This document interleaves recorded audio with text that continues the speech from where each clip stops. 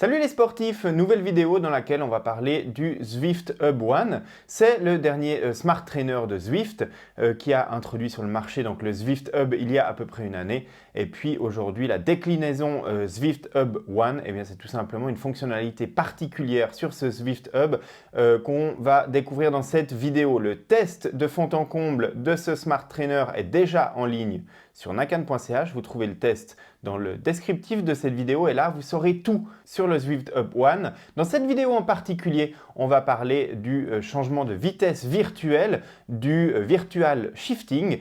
C'est une des fonctionnalités de ce Zwift Hub One. Pour tout le reste, eh bien, vous avez le test de fond en comble sur le site.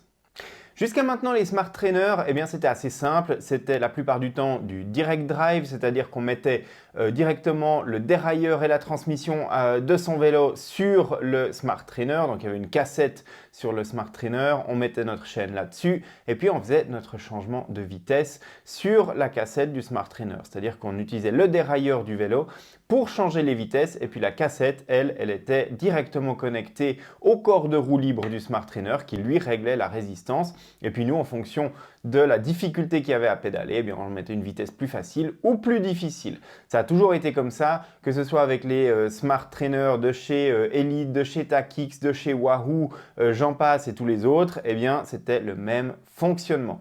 Maintenant, Zwift a changé un petit peu la donne dans son Zwift Hub One. Donc le Zwift Hub One, c'est tout simplement le Zwift Hub avec un Zwift Cog. C'est le remplacement d'une cassette par un pignon tout seul au milieu de cette cassette. Tout ça, ça veut dire une chose assez simple, c'est qu'on a à la place d'une cassette où il y aurait 10, 11 ou 12 vitesses, eh bien un seul pignon sur cette cassette. Et puis on met notre chaîne bien au milieu de notre dérailleur, on met notre vélo sur le smart trainer et puis ensuite on ne change plus jamais de vitesse sur son vélo. Mais tout ça, c'est remplacé par un changement de vitesse virtuel. Comment est-ce que ça fonctionne? Eh bien tout simplement, on a une télécommande qu'on va placer sur son guidon et puis là, on a un bouton plus et un bouton moins. Et puis en utilisant cette télécommande, on va changer de vitesse virtuellement. Pour l'instant, ça fonctionne que dans le logiciel Zwift. Et si on met une vitesse plus facile, eh bien, ce sera plus facile de pédaler. Et puis si on met des vitesses plus difficiles, eh bien, la résistance du home trainer augmente. Et puis la vitesse également augmente dans son parcours virtuel sur Zwift. Donc c'est très simple, en fait, on ne change plus de vitesse avec son vélo, on change de vitesse virtuellement dans l'application. Et puis la résistance s'adapte automatiquement. Moi j'ai testé ça depuis maintenant plusieurs semaines et puis j'ai effectué une bonne dizaine de sorties virtuelles sur Zwift et la chose que je peux vous dire c'est que déjà ça fonctionne de manière assez impressionnante dans le logiciel, c'est-à-dire que la réactivité est très grande. Quand j'appuie sur mon Zwift Click pour changer de vitesse, la résistance s'adapte très très vite dans le logiciel Zwift et c'est très important parce qu'il faut qu'il y ait cette réactivité pour qu'on se sente un petit peu comme sur son vélo de route à changer de vitesse. Et puis ensuite, la grosse différence, c'est que ça fait beaucoup moins de bruit vu qu'on ne change plus mécaniquement de vitesse. Il n'y a aucun bruit au moment du changement de vitesse. On sent la résistance qui s'adapte sur le smart trainer, mais il n'y a aucun bruit de chaîne qui va tomber ou monter d'un pignon ou de plusieurs. Et donc du coup, ça réduit drastiquement le bruit et éventuellement aussi les vibrations qu'il va y avoir sur le smart trainer. Dernier avantage de tout ça, eh bien, c'est que la transmission va s'user beaucoup moins puisque la chaîne va toujours rester sur le même pignon, on ne va pas utiliser son dérailleur, on ne va pas commencer à user une cassette sur le smart trainer, etc.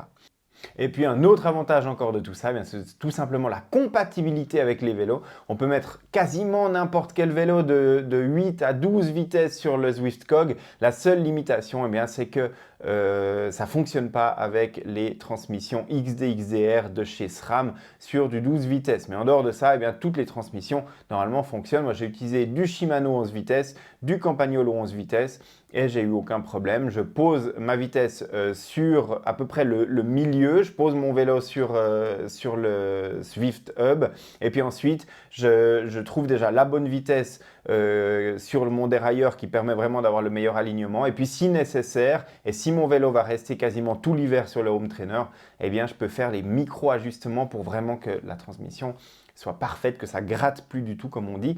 Il est préférable de poser ça sur le petit plateau de son dérailleur avant. En tout cas chez moi c'est là que ça fonctionnait le mieux, mais évidemment ça fonctionne aussi si on place ça sur le grand plateau devant. La résistance va s'adapter automatiquement.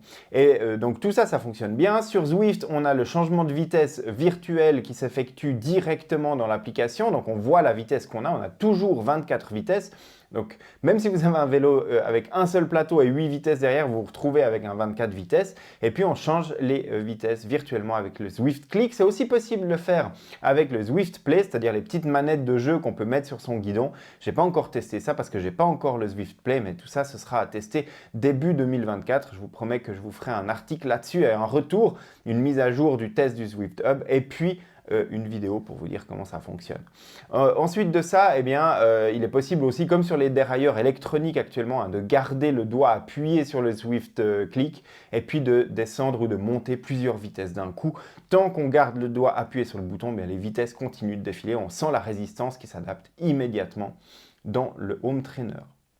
Alors après plusieurs semaines d'utilisation, plusieurs sorties dans Zwift, plusieurs entraînements sur lesquels j'ai fait de l'entraînement de cible d'intensité, dans ce cas on n'utilise pas le changement de vitesse virtuel. Le Zwift Hub s'adapte automatiquement à l'objectif de la séance au niveau des objectifs de puissance et de cadence. Donc là on ne touche plus rien, c'est lui qui gère tout seul l'entraînement. Et puis sinon, eh bien, pour les sorties, par exemple cet après-midi j'ai fait l'Alpe du Zwift, eh bien là on utilise le Zwift Click pour changer de vitesse et pour adapter la résistance qu'on souhaite utiliser dans la montée. Et tout ça, ça fonctionne de manière très fluide, très simple, très efficace. Actuellement, ça fonctionne que dans Zwift, je l'ai dit, et que avec le Zwift Hub. Mais ça pourrait arriver dans d'autres applications ou avec d'autres smart trainers, puisque Zwift a publié les API logiciels qui permettent de faire fonctionner ça. Donc, on peut s'attendre à ce qu'éventuellement, sur un home trainer Wahoo, par exemple, on puisse utiliser le virtual shifting dans Zwift à l'avenir, ou alors qu'on puisse utiliser le Zwift Hub One sur une application comme Rouvy ou d'autres, pourquoi pas. Ça pourrait aussi arriver si le logiciel intègre cette fonctionnalité. Pour tout le reste, à propos du Zwift Hub One, je vous donne rendez-vous sur nakan.ch. Le test de fond en comble est maintenant en ligne.